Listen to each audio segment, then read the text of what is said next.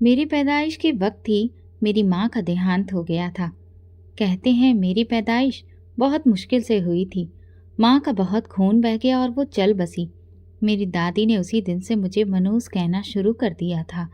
मेरे पिताजी भी खामोश रहते थे, ना कभी प्यार से मुझे गोद में उठाया, ना कभी माथे पर हाथ रखा। बचपन में मेरी यादों में सिर्फ सन्नाटा, ठंडा रवैया और जहरीली नजरें ही हैं। जब मैं रोती तो दादी कहती, रोने से तेरी माँ वापस आ जाएगी। जिस दिन से तू पैदा हुई है, खुशियां ही खत्म हो गई हैं इस घर की। पिताजी ऑफिस से आकर सीधे कमरे में चले जाते। कभी कभी दादी मुझे जबरदस्ती उनके सामने ले जाती और कहती, यही है तेरी मनहूस औलाद, देख ले, इसके साथ ही तेरी बीवी चली गई थी। पिताजी की आंखों में दुख नहीं होता, बस खालीपन होता, जैसे मैं कोई जिंदा इंसान नहीं, कोई सजा हूँ। 5 साल की हुई तो एक दिन स्कूल से आते ही सुना कि मेरे पिताजी का एक्सीडेंट हो गया है। उनकी टांग पर गहरा जख्म था, फ्रैक्चर हो गया था और वे अस्पताल में भर्ती थे। मैं दादी के साथ गई। दादी ने मेरे सिर पर हाथ रखकर बद्दुआ देना शुरू कर दी। जिस दिन तू पैदा हुई वो दिन हम पर भारी पड़ गया। अब तेरे ही बुरे साए की वजह से तेरे बाप की टांग टूट गई। पता नहीं आगे और क्या क्या करेगी। कुछ दिन के बाद फैसला हो गया कि मुझे मामा के घर भेज दिया जाएगा। मामा का घर यहाँ से थोड़ा बेहतर था। मामा का रवैया भी नरम था। वो कभी सिर पर हाथ फेरते, कभी मेरे लिए कुछ ले आते। लेकिन मामी का अंदाज शुरुआती दिनों से ही सख्त था। उन्होंने पहले दिन ही 2 टूक शब्दों में कह दिया था, हम पर कोई एहसान नहीं किया है, ये मनहूस बच्ची हमें दे दी गई है। अब ये यहाँ काम करेगी, वरना मैं इसे वापस भेज दूंगी। मैंने चुपचाप काम शुरू कर दिया। मामा छुपा कर कभी कभी मुझ खाने पीने की चीजें पकड़ा देते, या अगर मैं बीमार होती तो दवा ला देते। लेकिन मामी के सामने कुछ नहीं कहते। मैं दिन रात काम करती, कपड़े धोती, आंगन बुहारती और जब सब सो जाते तो खामोशी से कोने में बैठकर रोटी खाती। मेरी उम्र तब 12 साल की थी। जब मुझे अंदाजा हुआ कि मामी मेरे साथ जो कुछ करती हैं वो सिर्फ सख्ती नहीं बल्कि जुल्म है, तब तक मैं यही समझती रही कि शायद ये सब मेरी किसी गलती की सजा है। शायद मेरी माँ की मौत मेरे गुनाहों की वजह से हुई है। शायद दादी ठीक कहती थी कि मैं मनहूस हूँ। लेकिन जब बात सिर्फ तानों तक नहीं रही और शरीर पर नीले निशान पड़ने लगे, तब मेरे मासूम मन को भी समझ आ गया कि मैं सिर्फ एक नौकरानी हूँ, वो भी बिना तनख्वाह की। मामा अक्सर बाहर रहते, कभी काम के सिलसिले में, कभी अपने किसी रिश्तेदार के पास। इसलिए मामी को ये सहूलियत रहती थी कि जब चाहे मुझे अकेला पीटने आ जाए। सुबह सवेरे सबके उठने से पहले मुझे जगा दिया जाता। मामी की बेटियों के कमरे की सफाई, उनके कपड़े प्रेस करना, सैंडल साफ करना और नाश्ता तैयार करना, ये सब मेरा ही काम था। एक दिन मैंने चूल्हे पर दूध रखा और जरा सा पानी लेने को पीछे मुड़ी, दूध उबाल कर नीचे गिर गया। उसी पल मामी किचन में आई और एक लम्हा गवाए बिना मेरे गाल पर थप्पड़ मार दिया। तू हमें भूखा मारेगी? अपनी माँ को तो पहले ही खा गई, अब हमें भी मारने आई है। मैं चुपचाप बर्तन धोती रही, आंसुओं को पी गई। ये पहली बार नहीं था। अक्सर ऐसा होता था कि छोटी छोटी बातों पर मुझे मार पड़ती थी, वो भी सबके सामने। एक बार उनकी बड़ी बेटी की सैंडल गायब हो गई। मामी ने सबके सामने मेरे बाल पकड़कर कहा, चोर है ये लड़की, हर चीज पर इसकी मनहूस नजर है। मामा कभी कभी चुपचाप मेरे जख्म देख लेते थे तो कभी आंखें चुरा लेते, लेकिन मामी के सामने बोलने की हिम्मत उनमें भी नहीं थी। एक दिन मैं तेज बुखार में तड़प रही थी, शरीर गर्म, बदन में दर्द, सांस तेज। मैंने मामी से कहा, मुझे बुखार है, क्या मैं थोड़ी देर लेट जाऊं? वो गुस्से से बोली, बुखार है तो मर जा जाकर, यहाँ नहीं कोई तुम्हारे नखरे उठाने वाला। और फिर इतना भी चैन नहीं मिला तो उन्होंने मेरी कमर पर डंडा मारकर कहा, झाड़ू उठा और आंगन साफ कर। मैं झाड़ू लेकर उठी लेकिन गिर गई। मामी ने मुझे नहीं उठाया, ना ही पानी दिया। उनकी बेटी ने अंदर से झांक कर कहा, मम्मी ये सच में बीमार लग रही है। मामी ने हाथ के इशारे से चुप करवा दिया। ड्रामेबाज है ये, बचपन से ये यही सब तो करती है। इसी दौरान मोहल्ले में एक औरत का देहांत हो गया। लोग उनकी अंतिम विदाई में इकट्ठा हुए। मामी भी चली गई। उनके ना होने का फायदा उठाकर मैंने एक कंबल अपने ऊपर डाल लिया और आंगन में लेट गई। मामा आए तो मुझे देखकर चौंक गए। मेरे सर पर हाथ रखकर माथा देखा तो बोले, रश्मि तुम्हें तेज बुखार है। मैंने आंखें बंद करके कहा, पापा मुझे दवा दे दो, बस मैं थोड़ा सोना चाहती हूँ। मामा ने मुझे उठाकर अंदर लिटाया, दबा दी और कंबल में लपेट दिया। वो दिन मेरे लिए किसी बहुत बड़े आशीर्वाद से कम नहीं था, लेकिन वो भी बस एक दिन के लिए ही था। अगले दिन मामी ने सबके सामने कहा, इस लड़की को अब सबक सिखाना होगा, ज्यादा सिर पर चढ़ रही है। उसी शाम मुझे स्टोर रूम में बंद कर दिया गया। ना खाने को दिया गया, ना पानी। बाहर से दरवाजा बंद और मैं अंदर अंधेरे में बैठी चुपचाप दीवार के साथ लगकर रोती रही। ऐसे कई दिन गुजरे। कोई त्योहार आता तो मेरी जिम्मेदारियां दुगनी हो जाती और खुशी का एक पल भी नसीब न होता। मैं दूसरों के कपड़े धोती, प्रेस करती, मिठाइयाँ बनाती, लेकिन खुद सूखी रोटी पर गुजारा करती। इसी दौरान एक दिन खबर मिली कि मामी के पिता के एक दूर के रिश्तेदार का बेटा लंदन से आया है। वो कई सालों बाद वापस आया था, खूब गोरा, दुबला पतला, और खास बात ये कि वो बहुत ही खुशनुमा अंदाज रखने वाला इंसान था। उसका नाम कबीर था। घर में तो जैसे किसी त्योहार के जैसा माहौल हो गया। मामी की बेटियां दिन रात तैयार रहती, उसके आगे पीछे घूमती। कोई चाय लेकर आती तो कोई फल। हर कोई उसका ध्यान खींचने की कोशिश में लगा था। मैं हमेशा की तरह किचन में ही काम करती। सफाई, खाना पीना, सब बंदोबस्त मेरे ही कंधों पर था। कबीर जब पहली बार मुझे देखने किचन तक आया तो कहने लगा, आप ही रश्मि है ना, जिसके हाथ के खाने की सब तारीफ करते हैं। मैंने नजर झुकाकर सिर हिला दिया। उसी दिन दोपहर के खाने पर सब इकट्ठे थे। कबीर ने खाने का पहला निवाला मुंह में डाला और बोला, बहुत ही टेस्टी है, सच में आप काबिले तारीफ हैं। मामी की बेटियों के चेहरे पर नाराजगी उभर आई, लेकिन किसी ने कुछ कहा नहीं। अगले दिन जब मैं आंगन धो रही थी, कबीर पास आया और बोला, मैंने सुना है आपने कभी स्कूल भी देखा नहीं। मैंने कहा, मुझे मौका ही नहीं मिला। वो कुछ देर खामोश रहा, फिर बोला, काश आपको पढ़ने का मौका मिला होता। आप में बहुत काबिलियत है। ये पहला मौका था जब किसी ने मेरे अंदर कोई खूबी देखी थी। उस दिन के बाद कबीर अक्सर मुझसे बात करने लगा। शुरुआत में मैं थोड़ी दूरी बनाकर रखती, लेकिन धीरे धीरे उसकी बातें, उसका मुझ पर ध्यान देना मेरे अंदर एक अजीब सा एहसास जगाने लगा। एक दिन कबीर ने मुझे किचन में अकेला देखा तो कहने लगा, रश्मि तुम सच में सबसे अलग हो। तुम्हारे अंदर वो बात है जो दूसरों में नहीं। मैंने कुछ नहीं कहा, सिर्फ बर्तन धोती रही। मामी को ये सब महसूस होने लगा था। एक दिन उन्होंने मुझे डांट दिया, तेरी हरकतें मुझे पसंद नहीं आ रही रश्मि, तू हमारे मेहमान से बात मत कर, अपने काम से काम रख। मैंने सर झुका लिया और कोई जवाब नहीं दिया। कबीर की मौजूदगी ने मुझे कुछ लम्हे सुकून के दिए थे, लेकिन मामी का रवैया अब और बिगड़ने लगा। वो मुझे हर छोटी छोटी बात पर डांट देती। कभी कहती, तू समझती है कि हमारा मेहमान तुझ पर मरता है, ये सब तेरा वहम है। कभी खाने में नमक कम होने का बहाना बनाकर वो बर्तन पटक देती, तो कभी नमक ज्यादा होने पर शोर करती। एक दिन कबीर की मौजूदगी में मामी ने सबके सामने कहा, ये लड़की अब कुछ ज्यादा ही उड़ रही है, हमें पसंद नहीं। कबीर ने जवाब दिया, आंटी, रश्मि ने तो कभी बदतमीजी भी नहीं की, आप उस पर गलत इल्जाम लगा रही हैं। मामी चुप हो गईं, लेकिन उनकी आंखों में आज कुछ अलग था। मामी की बेटियां भी मुझसे नाराज रहने लगीं। वे सोचती थी कि कबीर का ध्यान सिर्फ मुझ पर ही क्यों है। एक दिन कबीर ने मेरे सामने कहा, मैं चाहता हूँ कि तुम मुझसे शादी करो। मैं दंग रह गई। ये बात मामी ने सुन ली और गुस्से में भरकर वो किचन में आईं। उन्होंने मेरा हाथ पकड़ा और स्टोर रूम में ले जाकर दरवाज़ा बंद कर दिया। फिर झाड़ू, चप्पल जो हाथ में आया मुझ पर चलाने लगी। मैं सिसक रही थी, लेकिन वे कहती रहीं, तू मेरी बेटियों की जिंदगी बर्बाद करने पर तुली है, हमारी इज्जत खराब करेगी। वो लड़का तेरे जैसी लड़की को पसंद कर रहा है, ये मैं बर्दाश्त नहीं करूंगी। इसके बाद मामी ने कबीर के पिता से बात की और उसे जबरदस्ती लंदन वापस भेज दिया गया। जाते वक्त उसने मुझे न देखा, न कोई संदेश दिया। मैं अपने शरीर के जख्मों के साथ आंगन में झाड़ू लगा रही थी और अंदर खामोशी फैली थी। उसी शाम मामी ने बताया कि मेरा रिश्ता तय हो गया है और अगले हफ्ते शादी है। किसी ने कोई ऐतराज नहीं किया। मैंने जब पूछने की कोशिश की कि रिश्ता कहाँ हुआ है, तो सिर्फ इतना बताया गया कि एक सीधा साधा लड़का है, अच्छे शरीफ घर से है, काम काज करता है, बस कभी कभी थोड़ा बहुत बीमार रहता है। असल बात सबने छुपा ली थी, क्योंकि वो लड़का पूरी तरह से पागल था। कभी आवाज निकालता, कभी खुद से बातें करता, कभी चीजें तोड़ देता, कभी छत पर चढ़ जाता। मोहल्ले में ये बात पहले से ही सबको पता थी कि वो बचपन में गंभीर बुखार से पीड़ित हुआ था और तभी से ऐसा हो गया। शादी की तैयारी जल्दी की गई। सब कुछ पुराना था, जेवर, कपड़े, नया कुछ नहीं दिया गया। जेवर के नाम पर एक हार और कांच की चूड़ियां मिली। कबीर से मेरा कोई संपर्क नहीं हो पाया। शादी के बाद जब मैंने उस लड़के को देखा तो उसके माथे पर एक अजीब सी टेढ़ी मुस्कुराहट थी। कपड़े गंदे थे, बाल बिखरे हुए।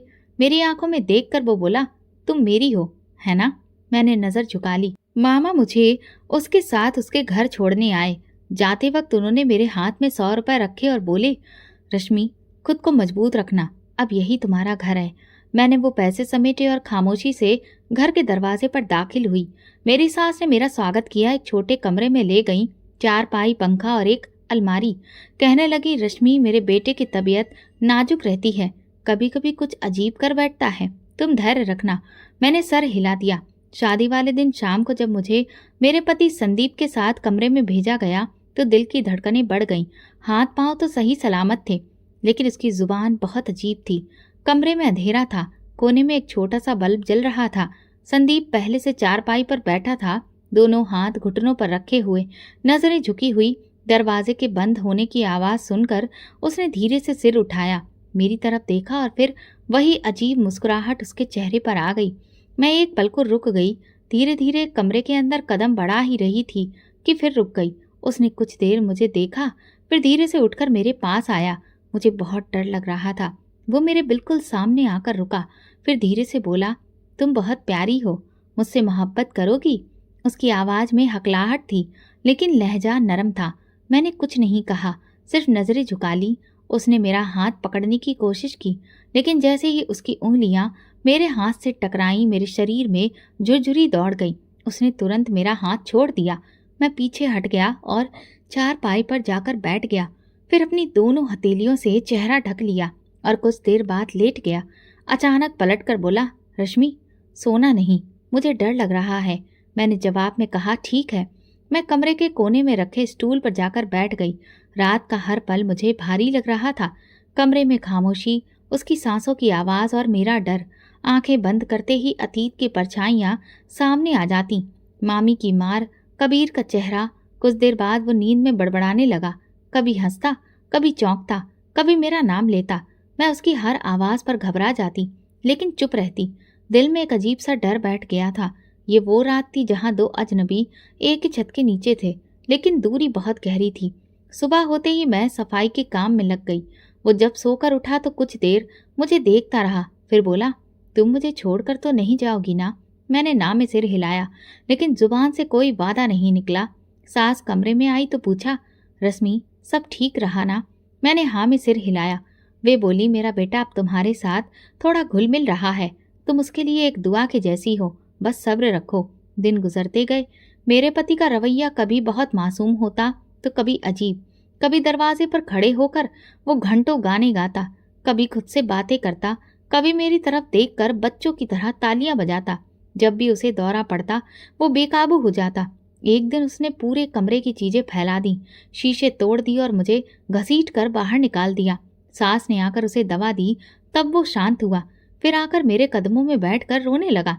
रश्मि, मैंने कुछ नहीं किया, मैं अच्छा हूं ना? मैंने कुछ नहीं कहा, बस उसे उठाकर बिस्तर पर लिटा दिया।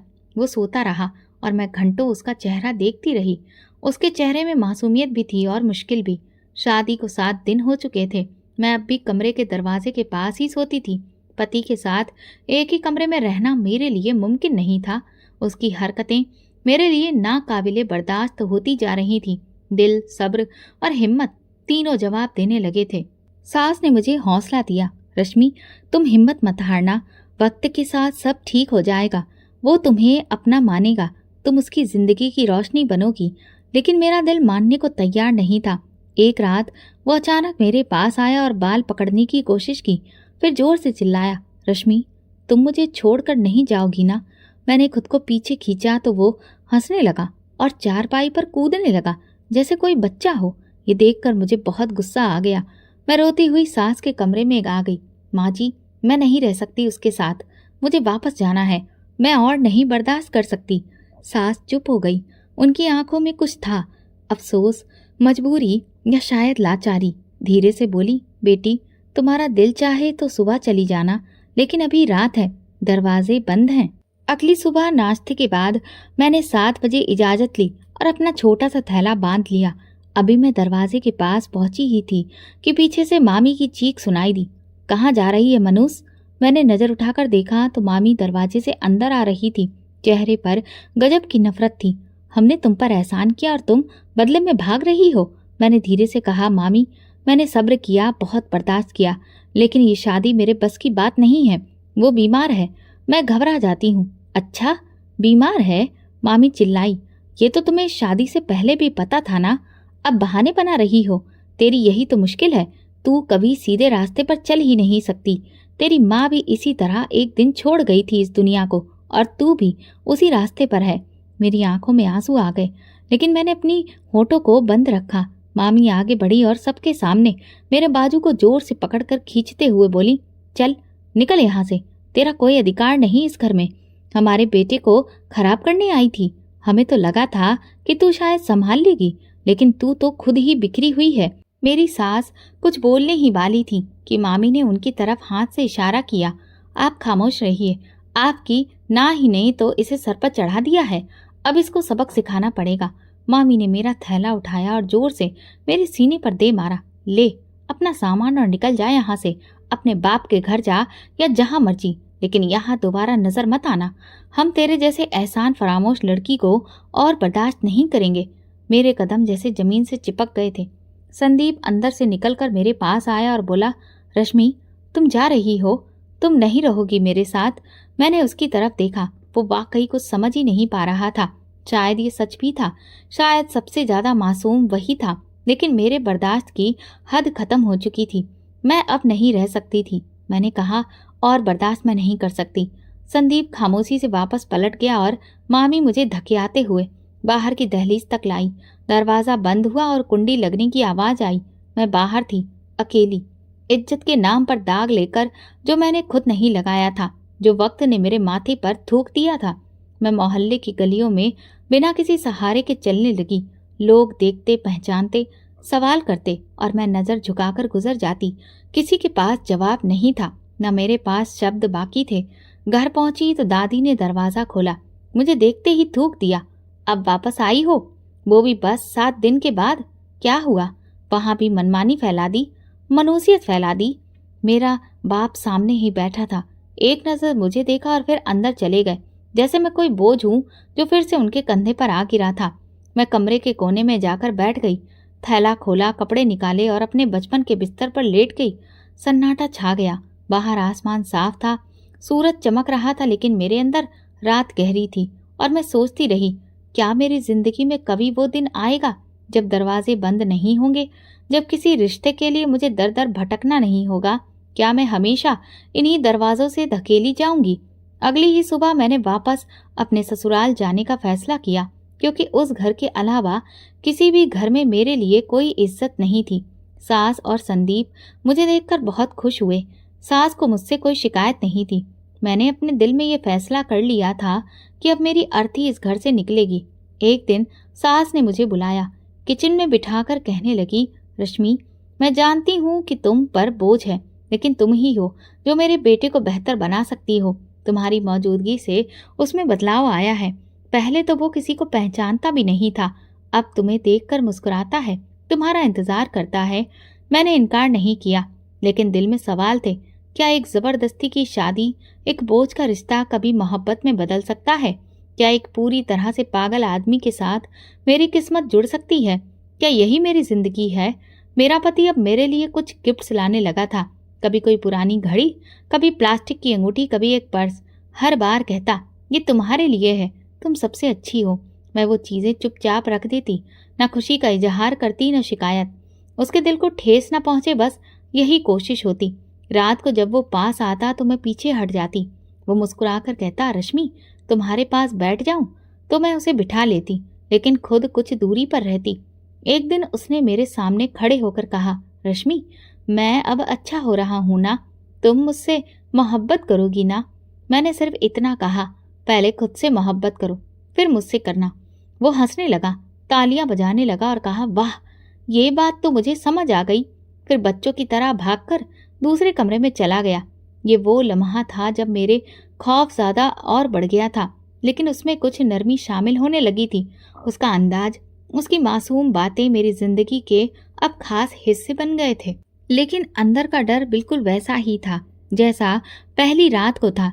शादी के बाद उसमें भले ही बदलाव दिख रहा हो, उसका व्यवहार भी नरम हो रहा था, लेकिन जैसे जैसे दिन बढ़ रहे थे उसके डर भी ज्यादा बढ़ रहे थे और हरकतें भी।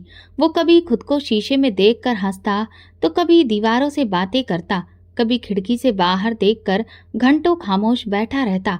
सास के बताए मुताबिक मैं दवा वक्त पर देती थी, उसका बिस्तर साफ रखती, कपड़े धोती, नहलाती।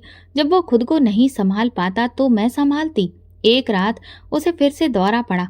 वो हंसने लगा और चीखने लगा। फिर अचानक मेरे बाल पकड़कर घसीटा। मैं जमीन पर गिर गई। उसने मेरे चेहरे पर थप्पड़ मारा और चिल्लाया, तुम सब मेरे दुश्मन हो, तुम मुझे मार दोगी। सास दौड़ी आई, दवा पिलाई, तब जाकर वो चुप हुआ। सुबह जब होश आया तो मेरे पास घुटनों के बल बैठकर रोने लगा। बोला, रश्मि मुझे माफ कर दो, मैंने कुछ नहीं किया, मुझे छोड़ो मत, मुझे कुछ याद नहीं, मुझे सिर्फ तुम याद हो। मैंने कुछ नहीं कहा, न शिकायत की। नहा धोकर चुपचाप उसका हाथ पकड़कर चारपाई तक लाई, दबा दी, फिर कपड़े धुलवाए और नाश्ता तैयार किया।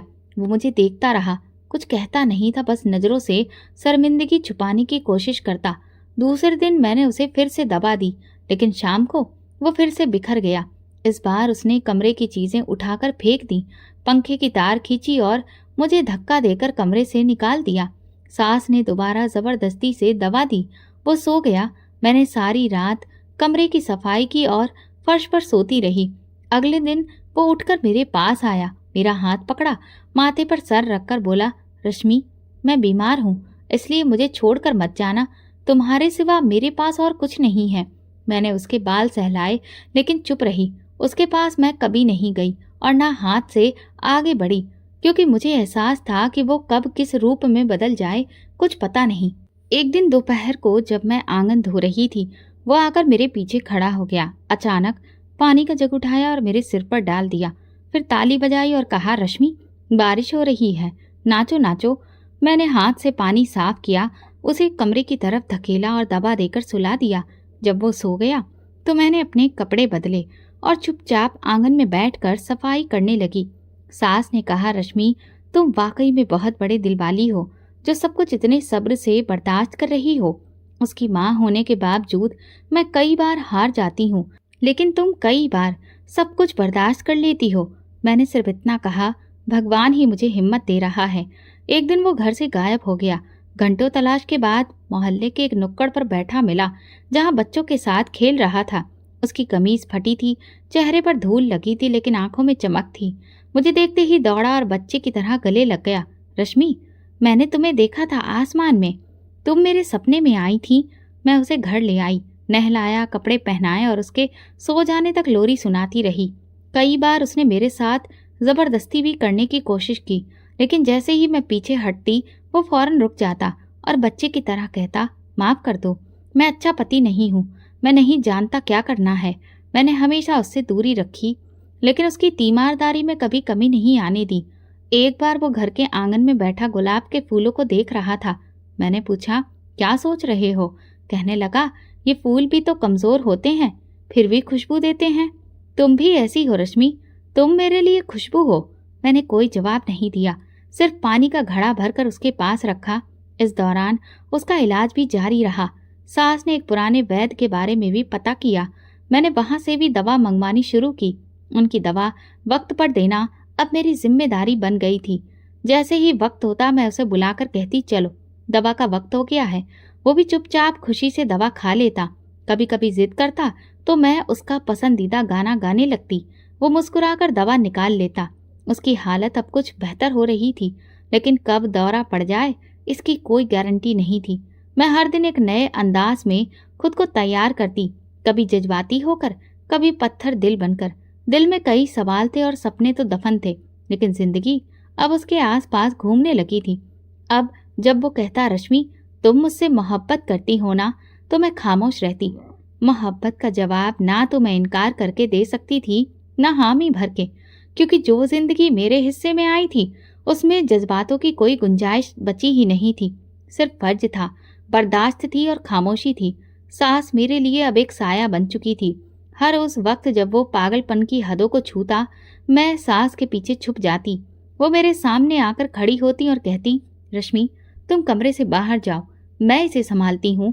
फिर वो अपने बेटे को नाम से पुकारती, उसके सिर पर हाथ फेरती, उसे शांत करती और दवा खिलाती।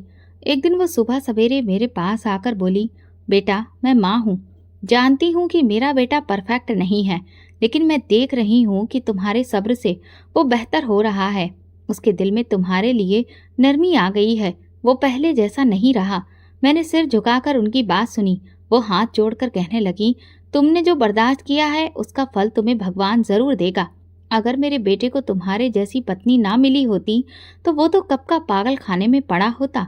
तुमने उसे प्यार से रखा, इज्जत दी, ये बहुत है। सास की उन बातों ने मुझे मेरी हर रोज की मेहनत का एक नया जवाब दिया था। हर रात जब मेरा पति सो जाता तो सास मेरे पास आकर बैठती, कभी मेरे सिर पर तेल लगाती, कभी मेरी कमर दबाने लगती और कहती, बेटी, तुम माँ बनने के काबिल हो, लेकिन पहले मेरे बेटे का पूरी तरह इंसान बनना जरूरी है। भगवान करे वो दिन भी दिखा दे जब तुम्हें अपनी जिंदगी का असली मतलब मिले। मैं उनकी हर बात दिल पर ले लेती। एक दिन मेरे पति ने गुस्से में आकर छुरी उठा ली और जोर जोर से चिल्लाने लगा, रश्मि कहाँ है? वो झूठ बोलती है, वो मुझे मार डालेगी। मैं कमरे में छुप गई। सास बाहर निकली, उसके सामने खड़ी होकर बोली, अगर रश्मि को हाथ लगाया तो ये माँ मर जाएगी तेरे हाथों। वो एकदम ठहर गया, छुरी नीचे रख दी और रोने लगा। सास ने उसे गले लगाया, दबा दी और कमरे में ले जाकर सुला दिया। जब वो सो गया तो वो मेरे पास आई और बोली, बेटी, ये जिंदगी बहुत भारी है, लेकिन तुमने इसे निभाया है। मेरी दुआएं तुम्हारे साथ हैं। सास मेरी माँ जैसी हो गई थी। मैं उनके लिए नाश्ता बनाती, चाय देती, दोपहर को उनके पांव दबाती और रात को दवा वक्त पर रखती। वो खुश रहती और कहती, रश्मि, तुम मेरे लिए किसी फरिश्ते से कम नहीं हो। भगवान करे तुम एक दिन खुशी से खूब हंसो, खिलखिलाओ, तुम्हारी जिंदगी खुशियों से भर जाए। एक दिन सास को बुखार हो गया। मैंने डॉक्टर बुलाया, उन्हें दवा दी और उनके सिर पर गीला कपड़ा रखा।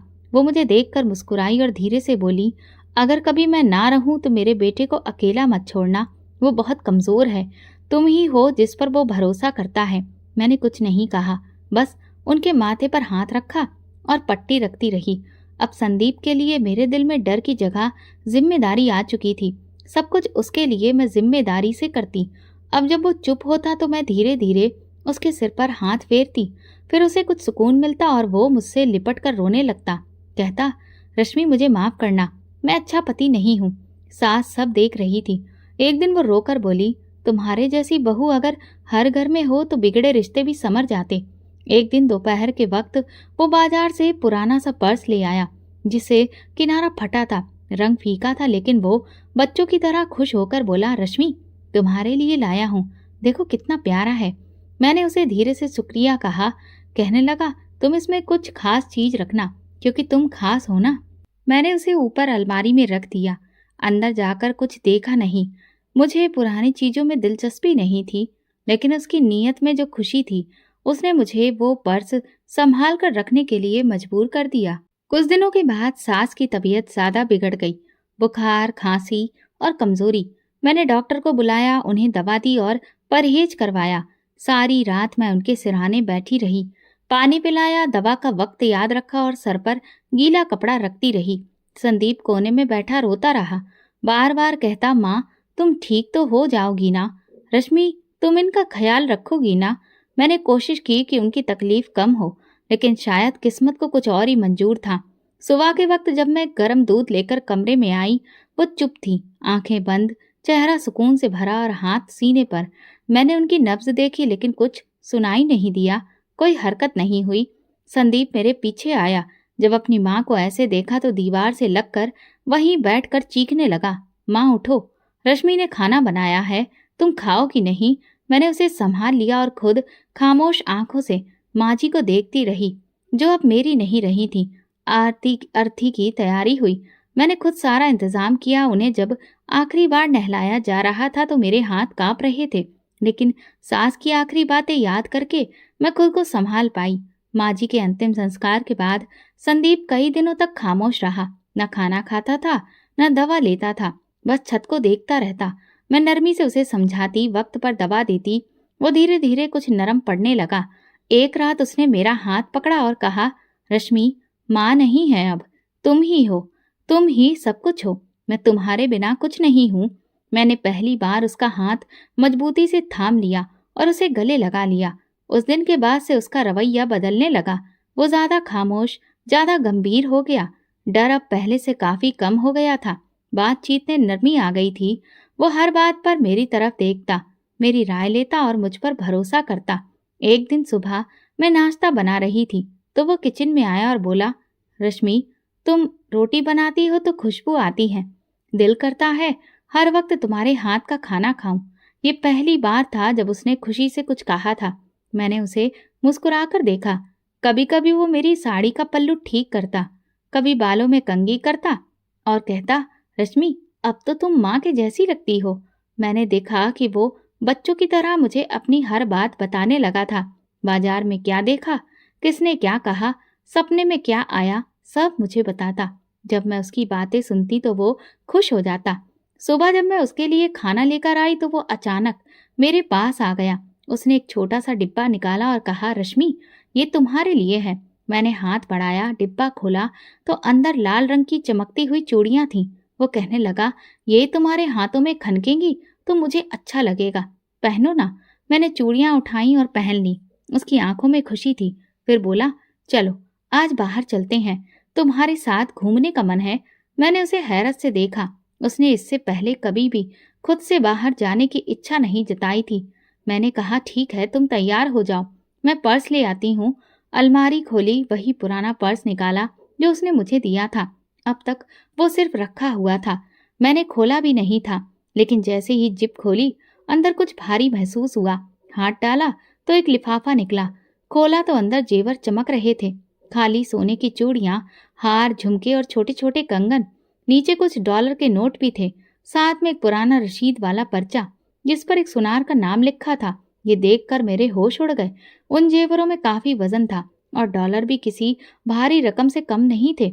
मैंने पर्स को दोबारा चेक किया, कोई और चीज नहीं थी। कमरे में वापस आई तो वो मुस्कुरा रहा था।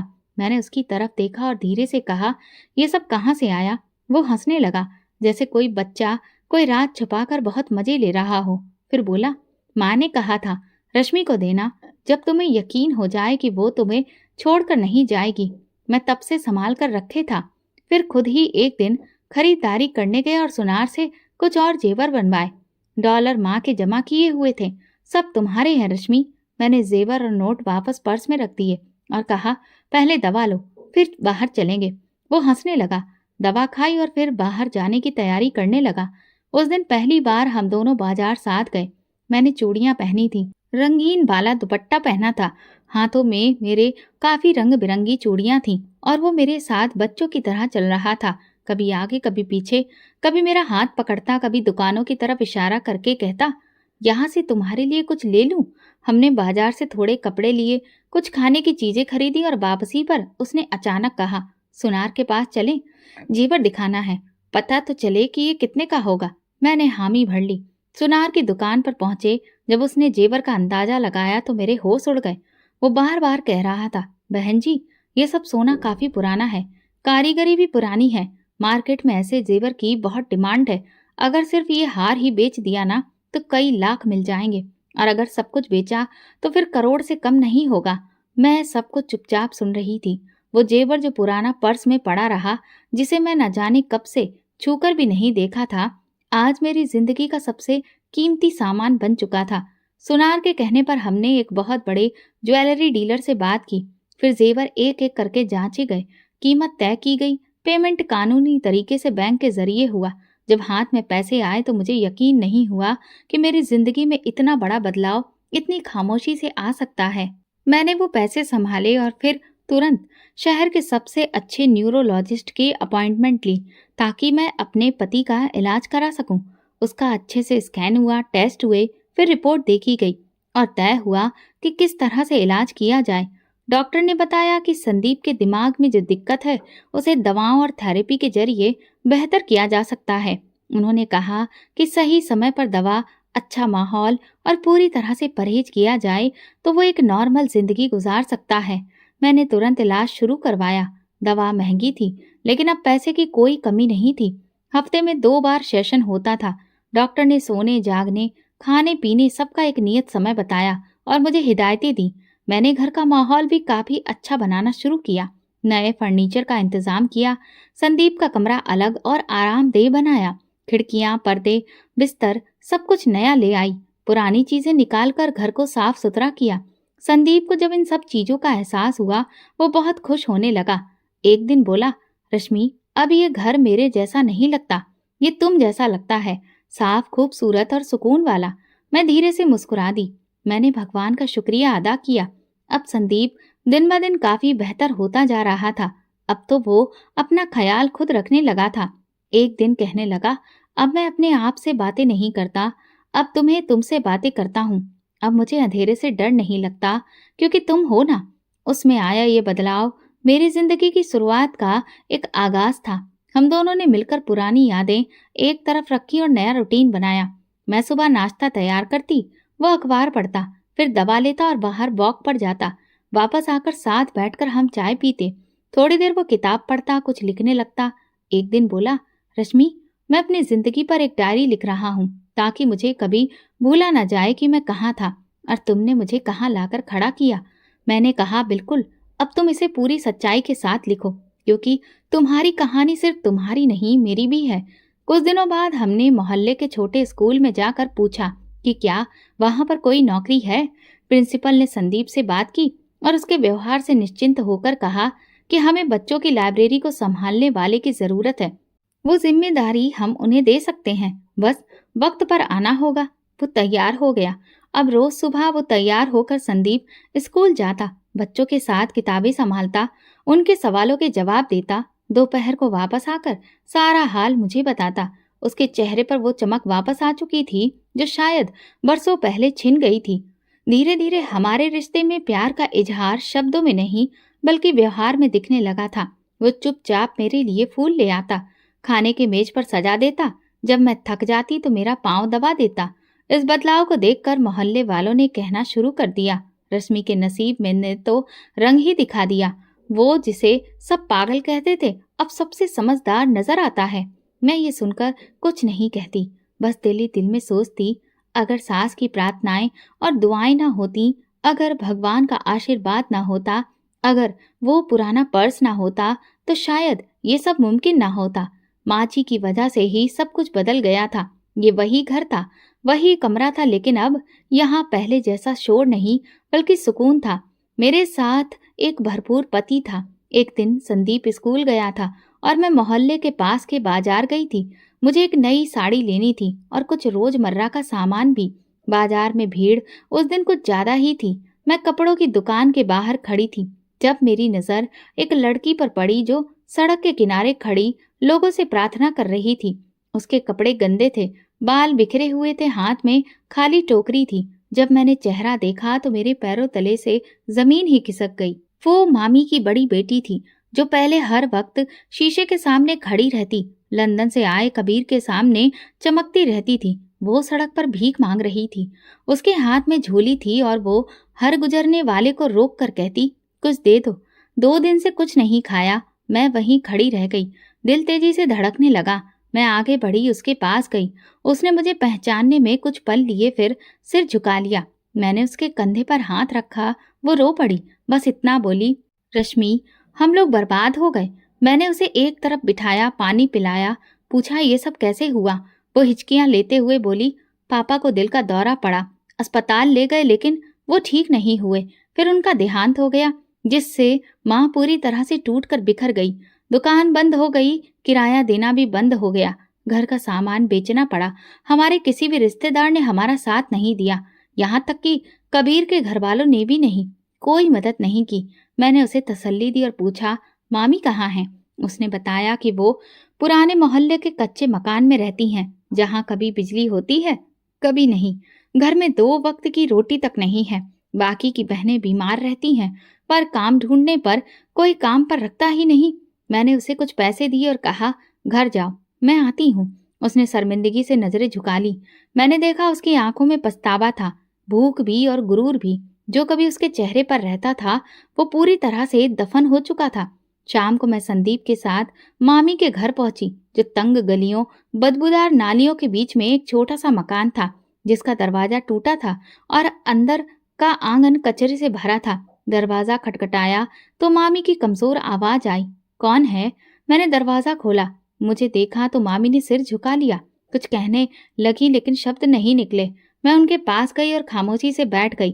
कुछ पल बाद वो बोली, रश्मि, हमने तुम्हारे साथ बहुत बुरा किया, तुम्हें बद्दुआएं दी, ताने दिए, तुम्हें मनहूस कहा, और तुम आज हमें देखने आई हो। तुम जीत गई और हम हार गए। मैंने कहा, मामी, वक्त का फैसला इंसान का फैसला नहीं होता। मामा मेरे लिए हमेशा नरम दिल थे। अगर वो न होते तो मैं बचपन में ही मर जाती। आप जो भी थीं, मेरी परवरिश आपके हाथों में हुई, यही काफी है। उन्होंने मेरी बात सुनकर रोना शुरू कर दिया। बोली, रश्मि, हमारे पास तो दो वक्त की रोटी भी नहीं। मेरी बेटियां बीमार हैं, दवा के पैसे भी नहीं, खाने के लिए भी कुछ भी नहीं। तुम अगर कुछ कर सको तो बस राशन भेज दिया करो। मैंने उनसे वादा किया कि हर महीने राशन आएगा, दवा भी आएगी और बेटियों का इलाज भी मैं करवाऊंगी। लेकिन मुझे ये सब एहसान नहीं लगता, बस एक कर्ज समझो जो वक्त ने मुझ पर छोड़ा था। मैं लौट रही थी। मैंने संदीप को देखा, वो खामोश खड़ा था। उसने मेरी तरफ देखा और सिर हिला दिया। हम दोनों चुपचाप वहां से निकल आए। अगले दिन से मैंने राशन का बंदोबस्त शुरू किया। हर महीने 2 हफ्तों का राशन बनवाया और एक अच्छे डॉक्टर को उनकी बेटियों के इलाज के लिए अलग से रखा, जो हर महीने जाता था। मैंने उनसे ये भी कहा कि अगर बेटियां उनकी काम करना चाहें तो मेरे घर में सिलाई का काम कर सकती हैं, उन्हें अलग से पैसे भी दिए जाएंगे। शुरू में मामी की बेटियां शर्मिंदा थीं, लेकिन कुछ दिन के बाद वे काम पर आईं। सिलाई का काम एक हुनर का काम होता था। मैंने उन्हें कपड़े दिए, वे वक्त पर काम पर आती और चुपचाप पैसे ले जाती। एक दिन मामी का फोन आया। रोते हुए बोली, रश्मि, तुम फरिश्ता हो। जिसे हमने ठोकर मारी थी वही आज हमारा सहारा बनी है। भगवान तुम्हें सब कुछ देगा। मैंने फोन बंद करके एक पुरानी तस्वीर निकाली जो मेरी सास ने ली थी। उसमें संदीप और मैं साथ थे। तस्वीर के पीछे सास ने लिखा था, रश्मि, तुम सबकी मसीहा बन जाओगी, बस सब्र ना छोड़ना। मुझे समझ आ चुका था कि ये सब उनकी दुआओं का असर था। वो औरत जो कभी मुझे मनूस कहती थी, आज मेरी ही रहमो करम की मोहताज थी। लेकिन मैंने बदला नहीं लिया, सिर्फ वही किया जो इंसानियत ने मुझे सिखाया था, खामोशी से, बिना किसी ताने के, बिना कोई हिसाब मांगे। अब जब मैं आईने में खुद को देखती हूँ तो मुझे वो रश्मि नजर आती है जो ना मनूस थी, न कमजोर थी, न खामोश। ये वो रश्मि थी जो अपने इरादों में पक्की हो चुकी थी और हर मुश्किल का डटकर सामना करती थी, जो अब दूसरों का साया बनने के काबिल थी। कुछ दिनों बाद मोहल्ले के कुछ लोगों ने आकर बताया कि मामी की हालत अब ठीक हो रही है। घर में रोज चूल्हा जलने लगा है। बेटियां सिलाई करके इज्जत से कमाई करने लगी हैं। किसी ने कहा, रश्मि, तुमने जो किया वो कोई आम इंसान नहीं करता। मैंने बस सर झुका लिया। मैं किसी से कुछ नहीं सुनना चाहती थी। मैंने सिर्फ अपनी माँ जी की दुआओं का कर्ज उतारा था, जो हर वक्त कहती थी, बुराई का जवाब बुराई से नहीं, सब्र से दिया जाता है। सब्र का मतलब सुकून है। एक दिन मामी ने मुझे अपने घर बुलाया। जब मैं वहां गई तो वो बिस्तर पर लेटी थी। उनकी तबीयत बहुत कमजोर लग रही थी, चेहरा सफेद पड़ गया था। उन्होंने कहा, रश्मि, अगर मैं मर गई तो मेरी अंतिम यात्रा में जरूर आना, मैं तुम्हें दुआएं देती हूँ। मैंने उनके सिर पर हाथ रखकर कहा, मामी, आप फिक्र मत करिए, आराम करें और दवा समय पर ले लीजिए, मैं हूं ना। संदीप को ये सब पता था और वो मेरी हिम्मत की हर बार तारीफ करते हुए मुझे दाद देता था। कहता, रश्मि, तुमने मुझे इंसान बनाया, अब दूसरों के लिए भी तुम सहारा बन रही हो। मैंने कभी नहीं सोचा था कि वक्त खुद को इतना बदल देगा। जो औरत कभी मेरे लिए सिर्फ जुल्म का चेहरा थी, आज वो खुद बेबस खड़ी थी, लेकिन मेरे दिल में उसके लिए नफरत नहीं थी। मैं जान चुकी थी कि जब भगवान इज्जत देना चाहे तो किसी दुश्मन की नफरत भी उसे रोक नहीं सकती। एक दिन मोहल्ले में किसी ने तंजिया अंदाज में कहा, वाह रश्मि, तुम तो उनके लिए फरिश्ता बन गई हो जिन्होंने तुम्हें कभी इंसान भी नहीं समझा। मैं मुस्कुराकर बोली, फरिश्ता नहीं बनी, इंसान बनी हूँ, जो दर्द को समझती है। वो दर्द में किसी को अकेला नहीं छोड़ सकती। अब मैं मामी का ख्याल रखती थी। हर हफ्ते उनके लिए कुछ न कुछ भेजती, कभी गर्म कपड़े, कभी दूध, कभी दवाइयाँ। उनकी बेटियां अब शर्मिंदगी की नजरों से नहीं बल्कि इज्जत से मेरे सामने आती थीं। मैंने उनके घर की मरम्मत के लिए भी चुपचाप पैसे भिजवा दिए। मोहल्ले के कारीगरों से कहा कि किसी का नाम न लेना, बस पूरी तरह से उनका घर ठीक कर देना। छत ठीक हो जाए, दीवारों में पलस्तर हो जाए, इतना ही काफी है। हफ्ते भर बाद जब मामी का घर साफ सुथरा और सुरक्षित हो गया तो उन्होंने फोन पर सिर्फ इतना कहा, रश्मि, तुम्हारे लिए तो दिल से बद्दुआ भी नहीं निकल सकती। सिवाय दुआओं के अब कुछ बचा ही नहीं है मेरी जिंदगी में। जो दुख मिला था वो अपनी जगह था, लेकिन अब जो सुकून मिला था वो उस दुख का सच्चा जवाब था। जो बुराई मुझे सहनी पड़ी, मैंने उसका जवाब बुराई से नहीं बल्कि रहम से दिया। यही सच्चा सबक था। अब मैं रोज सुबह जब नाश्ता तैयार करती, संदीप सामने बैठा चाय पीते हुए कहता, रश्मि, तुमने जो सीखा है वो शायद किताबों में नहीं, जिंदगी ने सिखाया है। मैं सिर्फ एक बात सोचती थी, अगर मैं भी अतीत की नफरत को सीने से लगाकर जीती रहती तो शायद आज न सुकून होता, न खुशी, न दुआएं मिलती। मैंने सीख लिया था, बुराई का बदला बुराई से नहीं बल्कि खामोशी, सब्र और माफी से लिया जाता है, और जो ऐसा कर सके वही असली इंसान होता है। तो दोस्तों, अगर आपको हमारी कहानी पसंद आई है तो कमेंट करके ज़रूर बताएं। वीडियो को लाइक करें और ज़्यादा से ज़्यादा शेयर करें। अगर आप चैनल पर नए हैं तो सब्सक्राइब जरूर करें और नोटिफिकेशन बेल दबाएं ताकि अगली अपडेट सबसे पहले आपको मिले। धन्यवाद। रात के 11 बज रहे थे। सड़कें सन्नाटे में डूबी थीं। हर तरफ खामोशी का आलम था, लेकिन शहर के एक पॉश इलाके में एक फ्लैट की बालकनी से एक अजीब सा मंजर देखा जा सकता था। एक नौजवान लड़की सिर पर दुपट्टा डाले कोई धार्मिक किताब पढ़ रही थी।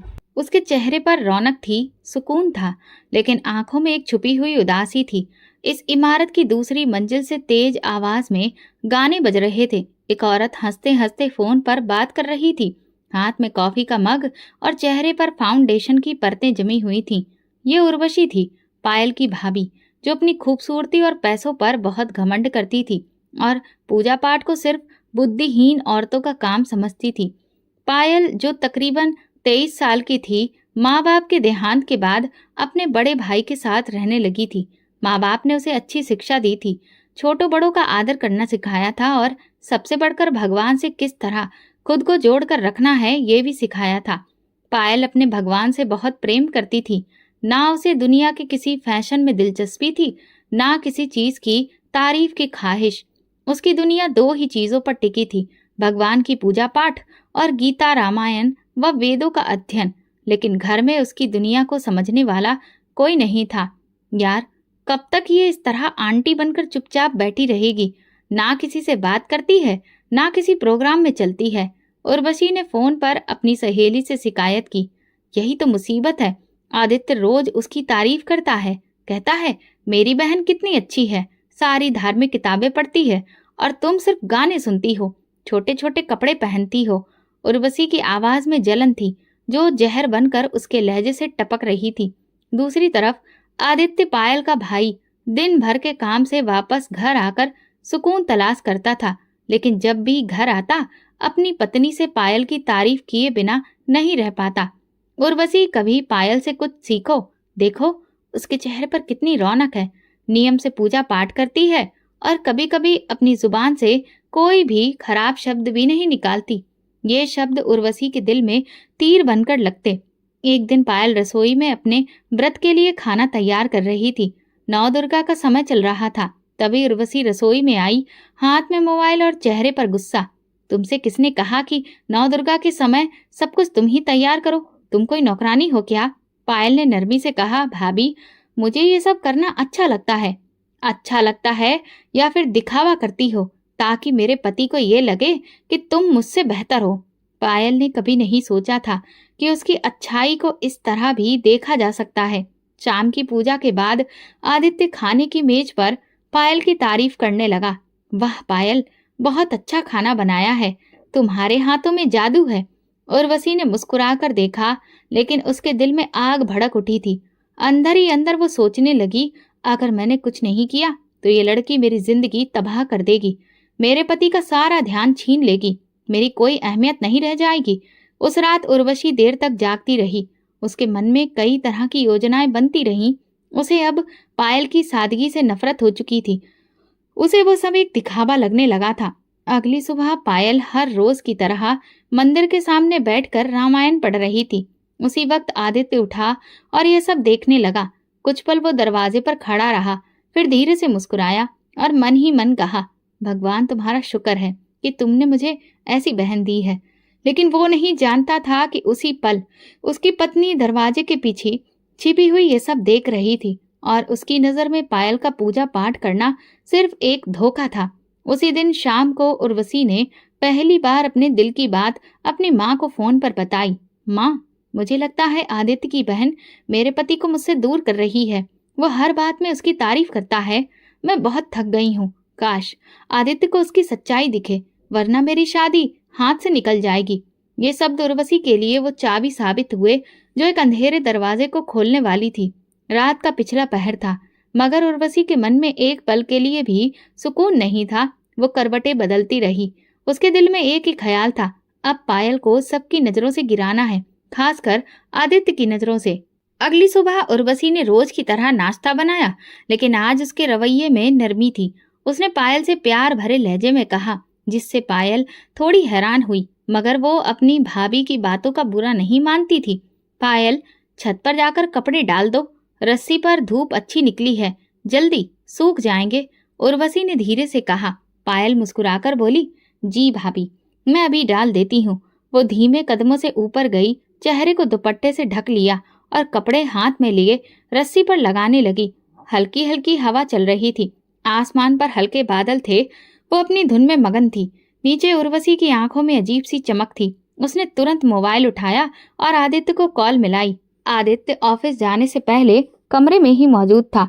आदित्य, ऊपर छत पर देखो, तुम्हारी बहन बराबर वाले लड़के को चक्कर चलाने के लिए देख रही है। मैं रोज देखती हूँ, लेकिन आज तो हद हो गई।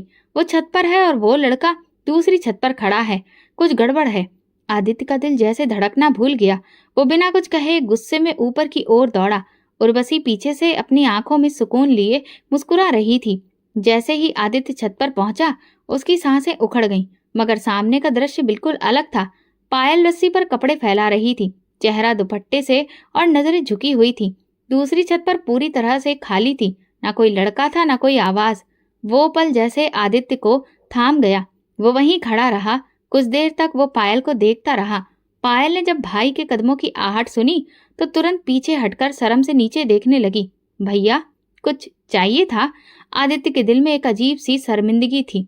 वो चुपचाप नीचे लौट आया, लेकिन उसका गुस्सा अब किसी और पर था। जैसे ही वो नीचे पहुंचा, उर्वशी बेचैनी से उसका चेहरा देखने लगी। क्या देखा? बोलो, तुम्हारी बहन की असलियत तो सामने आ गई ना? उर्वशी ने ताना मारा। आदित्य दीवार पर हाथ मारते हुए गुस्से से बोला, शर्म करो उर्वशी, तुम्हें क्या हो गया है? वहां कुछ भी नहीं था।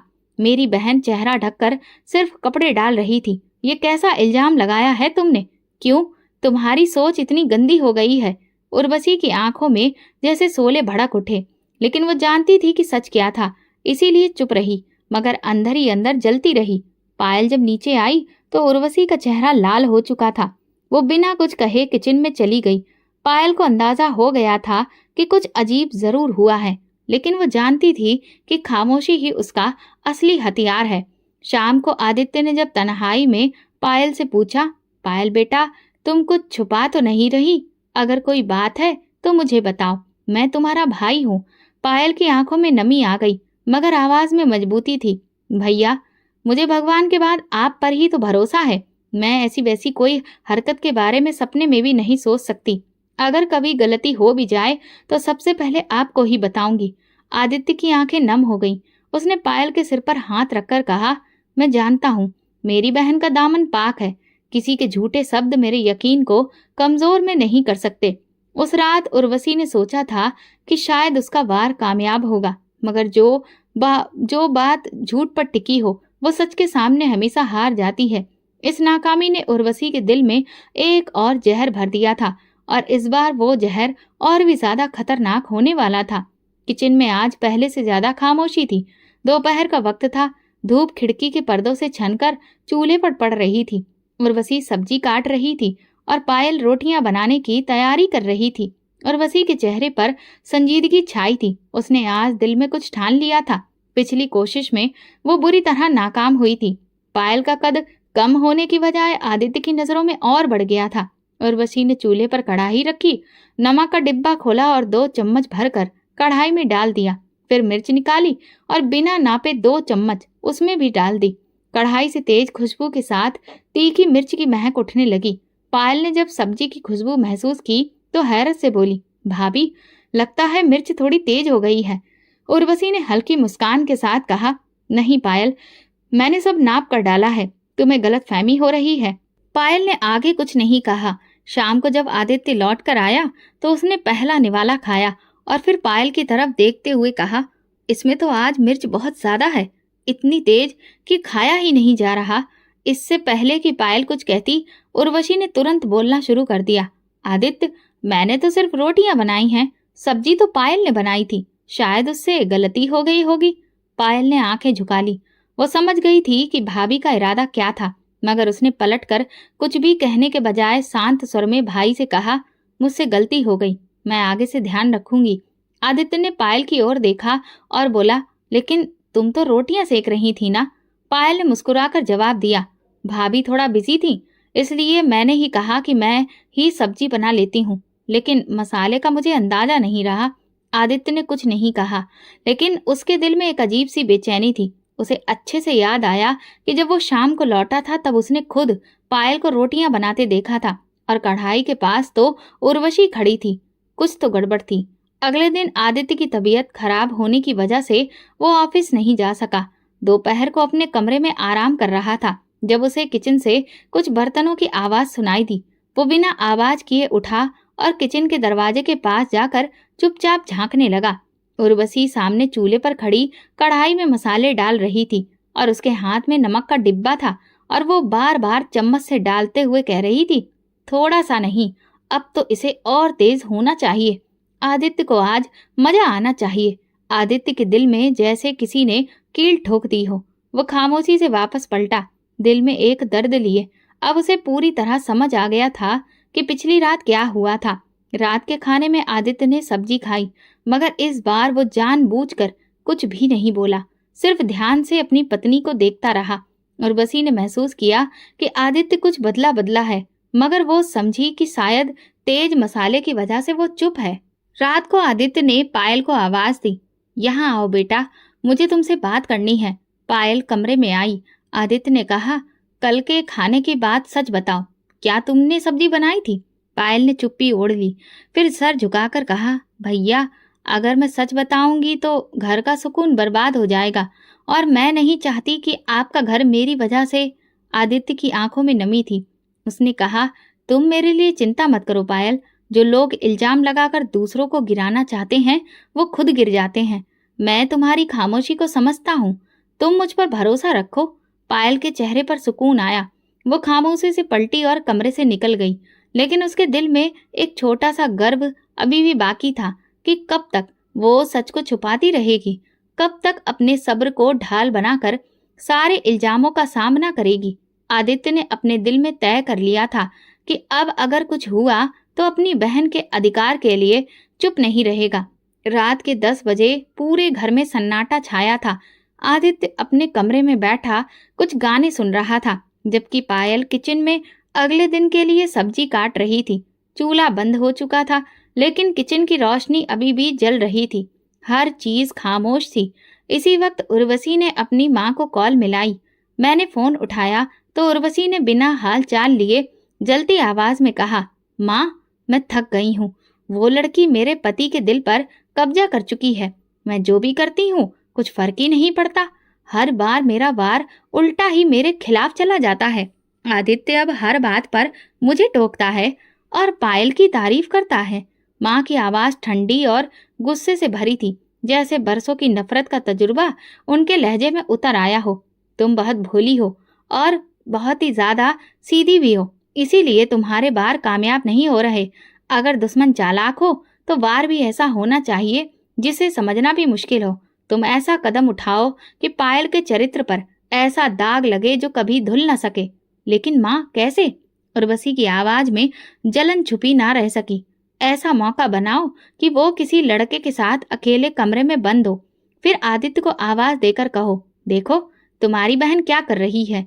अगर एक बार तुम्हारा पति अपनी बहन को ऐसी हालत में देख ले तो वो कभी उस पर यकीन नहीं करेगा, चाहे वो कितनी ही अच्छी क्यों ना हो। ये बात सुनते ही उर्वशी के होठों पर एक खामोश मुस्कुराहट आ गई। वो एक लम्हे में समझ गई कि ये वही तीर है जो निशाने पर लगेगा। अगली सुबह घर में सब कुछ अपने रोजमर्रा के हिसाब से चल रहा था।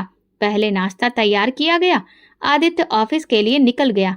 उर्वशी ने आज खास तौर पर अपने कजिन रोहित को फोन किया। वो लंबे कद का खुश मिजाज नौजवान था जिसे उर्वशी की फैमिली में सब जानते थे। रोहित, आज दोपहर को घर आ जाना, एक छोटा सा काम है। पायल भी घर पर ही होगी। तुम बस इतना करना कि मेरे कहने पर कुछ देर मेरे कमरे में रुकना, बाकी सब मैं संभाल लूंगी। रोहित को किसी बात की परवाह नहीं थी। वो उर्वशी की बात पर तैयार हो गया। दोपहर का वक्त, सूरज सिर पर था। आदित्य ऑफिस में बिजी था, पायल किचन में। दरवाजे पर रोहित ने दस्तक दी। उर्वशी ने दरवाजा खोला, खामोशी से अंदर आने को कहा, फिर उसे अपने कमरे में ले गई। फिर वो पायल के पास आई और बड़ी ही नरमी से बोली, पायल, जरा मेरे कमरे में चाय ले आना। रोहित आया है, मैं जरा कपड़े तय कर लूं, तुम चाय लेकर आ जाना। पायल ने सिर हिलाया और किचन में चाय बनाने लगी। उसे अंदाजा नहीं था कि आज उसकी जिंदगी का एक नया अध्याय शुरू होने वाला है। चाय तैयार हुई। पायल ने ट्रे में कप रखे और बिस्किट रखे, दुपट्टा अच्छी तरह से ओढ़ा। फिर वो उर्वशी के कमरे की तरफ बढ़ी। जैसे ही दरवाजा खोला, वो हैरान रह गई। कमरे में उर्वशी मौजूद नहीं थी, सिर्फ रोहित बैठा था, जैसे किसी बात का इंतजार कर रहा हो। पायल ने नजरें झुकाई और बस इतना